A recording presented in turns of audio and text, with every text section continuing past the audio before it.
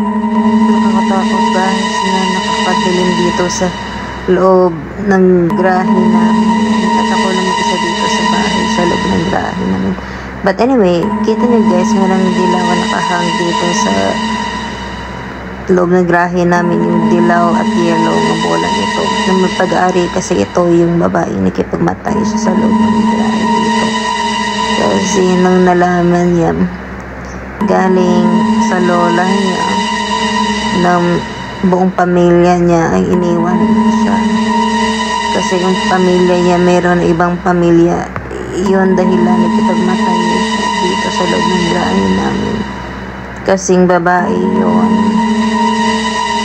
ay kaibigan siya na nakakatakot talaga.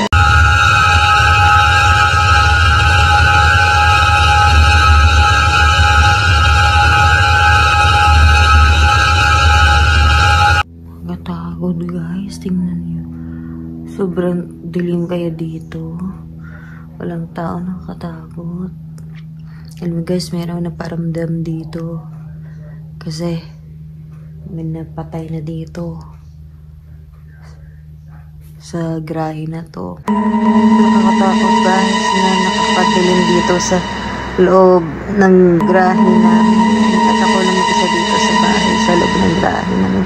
But anyway, kita nyo guys, merong dilaw na nakahang dito sa loob ng grahe namin, yung dilaw at yellow na bola nito. Na magpag-ari kasi ito yung babae nakipagmatay siya sa loob ng grahe dito. Kasi nang nalaman niya, galing sa lola niya, ng buong pamilya niya ay iniwan siya. Kasi yung pamilya niya, meron ibang pamilya. Yun dahilan nakipagmatay siya dito sa loob ng grahe namin. Kasing babae yun